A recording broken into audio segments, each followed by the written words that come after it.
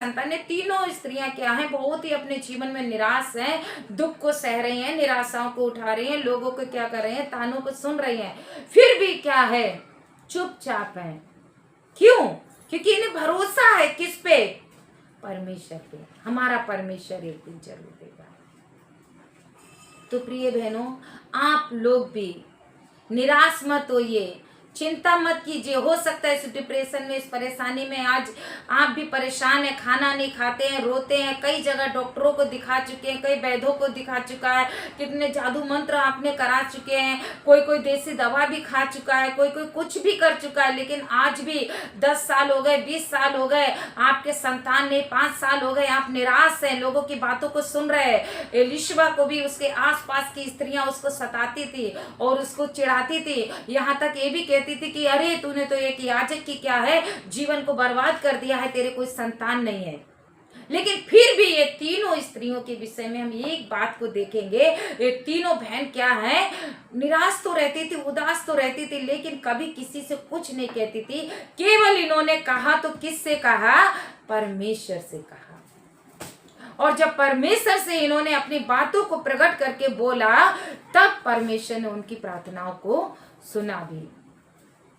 परमेश्वर ने उनकी प्रार्थनाओं को सुन के उनको उत्तर भी दिया।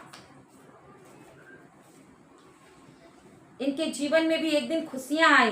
ये लोग भी निराशा में थे और इनके जीवन से निराशा निकली और परमेश्वर ने इन्हें क्या है, संतान दी। कब? जब इन बहनों ने अपने मन को परमेश्वर की ओर लगाया और प्रार्थना किया और मांगा। तब हन्ना के विषय में आप देखिए, हन्ना ने भी क्या किया, परमेश्वर से जब उसने प्रार्थना की तब। हम लोग यहाँ पर देख सकते हैं, पहला शमूएल 1:13 में यहाँ लिखा है, हन्ना मन ही मन कह रही थी, उसके होंठ तो हिलते थे परंतु उसका शब्द ना सुन पड़ता था, इसीलिए एली ने समझा कि वे नशे में है। मतलब वो व्याकुल थी, वो रो रही थी, वो अपना दुख किसी को नहीं बता रही थी। जब तक हन्ना ने प्रार्थना नहीं की तब तक कुछ भी नहीं मिला।